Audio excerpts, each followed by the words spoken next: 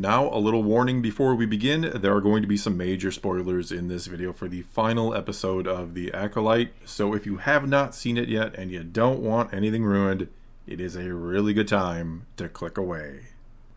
Alright, well, I think I am just going to jump right in because I'm not even entirely sure where to start with this mess. And yeah, I very much thought this final episode was an absolute mess of an episode that asks us to just ditch all logic and reasoning and not look or think about any of this all too deeply because it cannot and will not hold up to any level of scrutiny.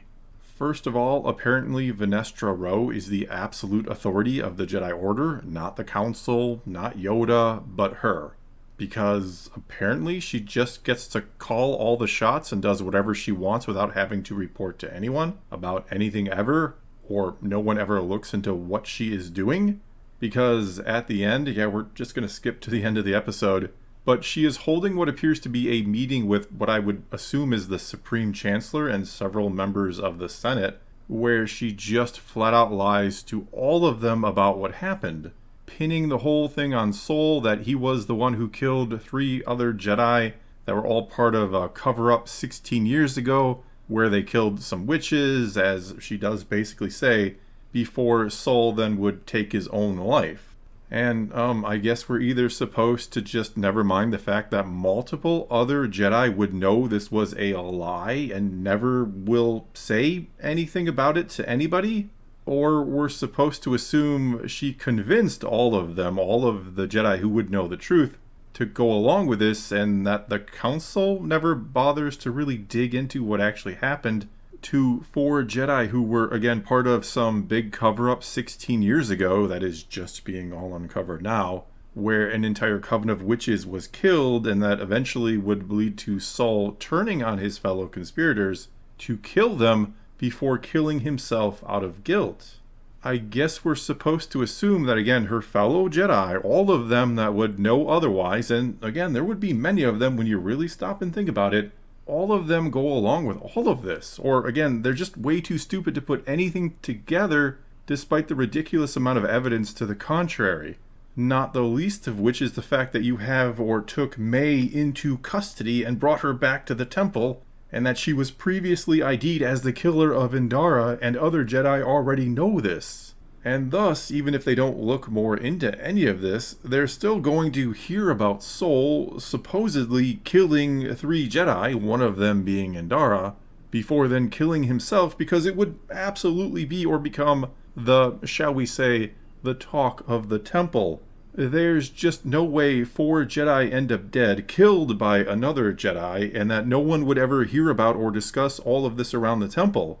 People would wonder what happened to these Jedi, what happened to Master Indara, what happened to Sol who used to teach the younglings. There is just no way it doesn't get out that Sol, not to mention his Padawan Jeki, as well as Yord and all the other red shirts who died on Kofar, there's no way it wouldn't be talked about by everyone at the temple, or everyone in the entire order, basically. We're talking about a dozen Jedi being killed.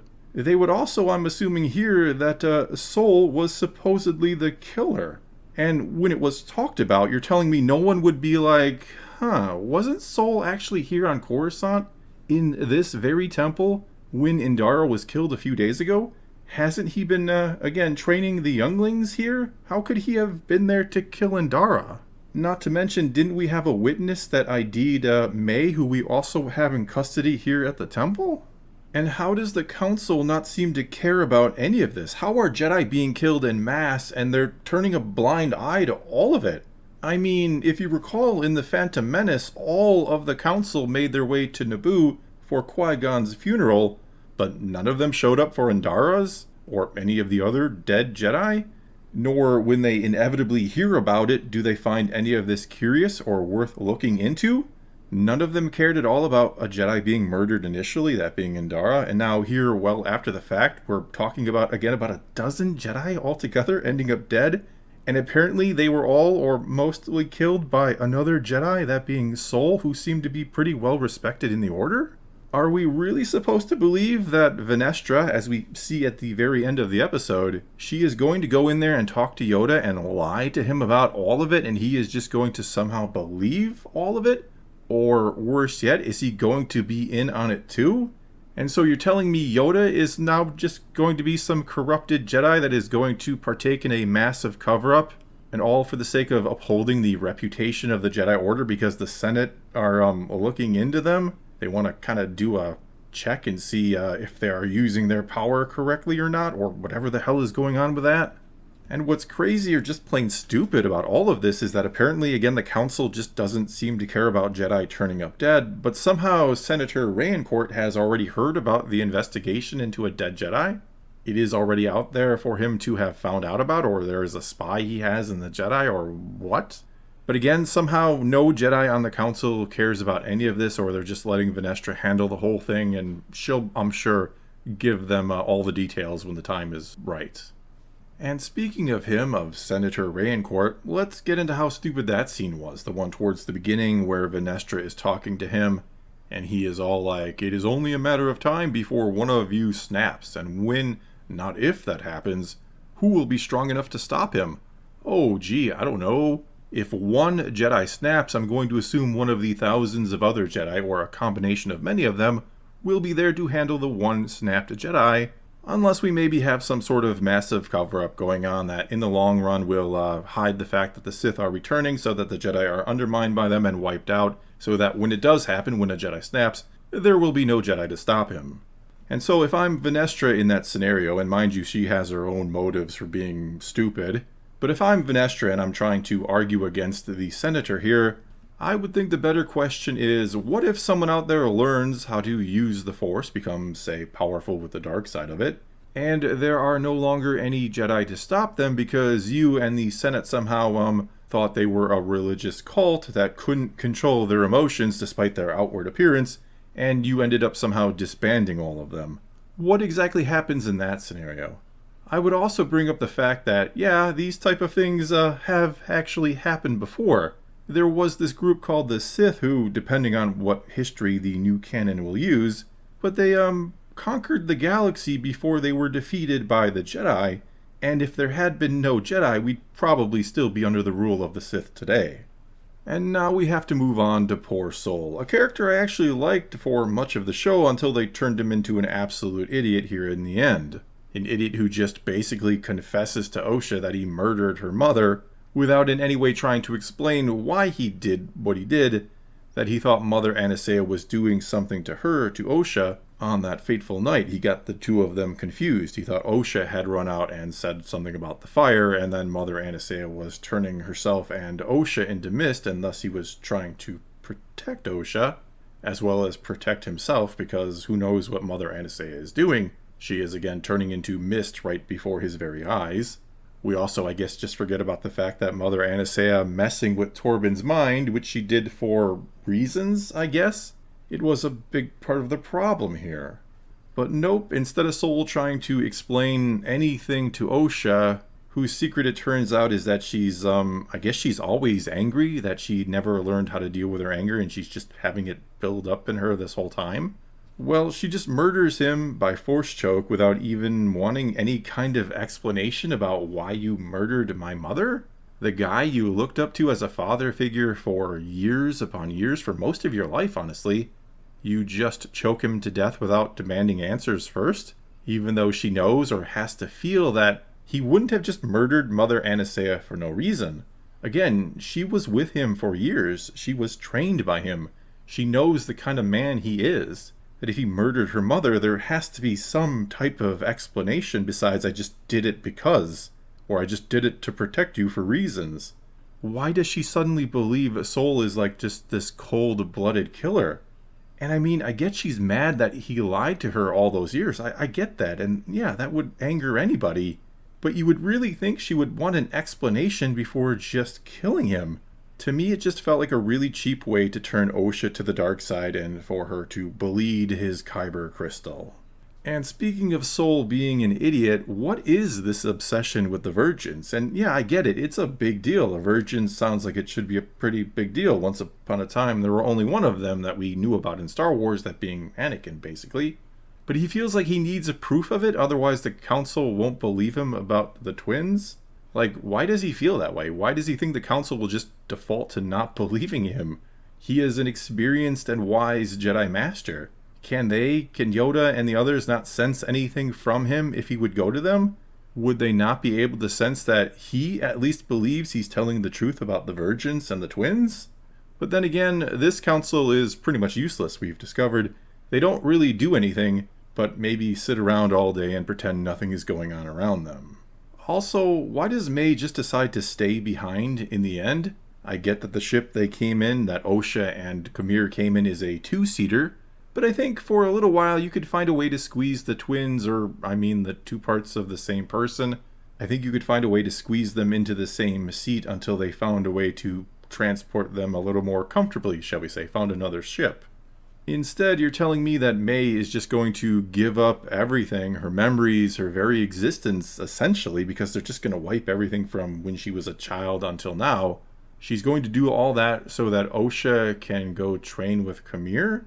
Didn't she, leave Osha for dead, the day before? And sure, apparently Osha has been dealing with this anger inside of her all this time, but wasn't the day before she kind of upset about a lot of the things that Qimir and May had done? She seems very forgiving. In fact, the whole dark side seems to be very compassionate and selfless in this show. The very opposite of what it should be.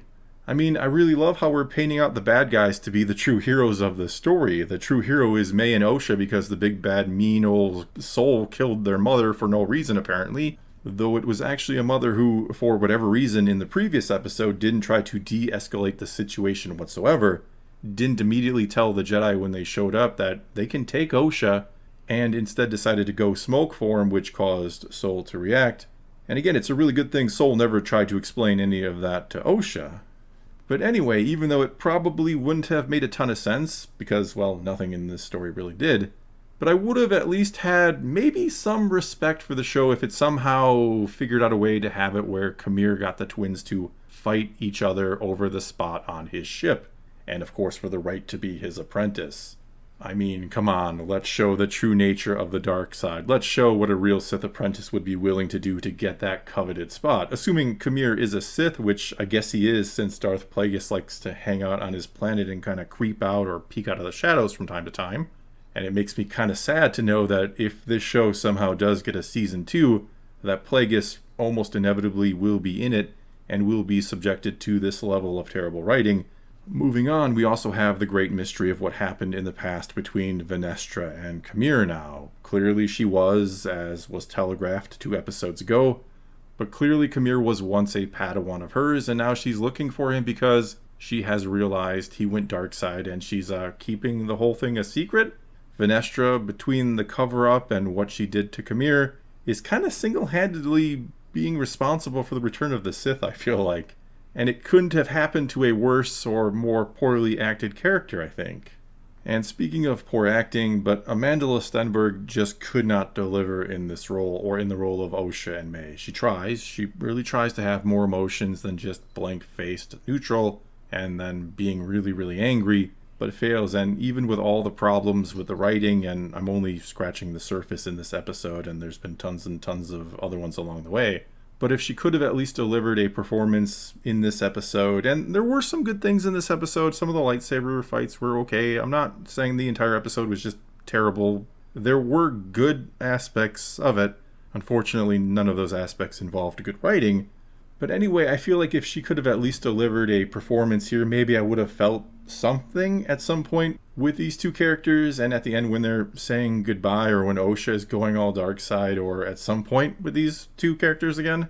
But I never do, and that's one of the greatest failings of the show, and of the finale in particular, which again really relied on her to deliver something, but she just doesn't. I just never came to care about Osha and May.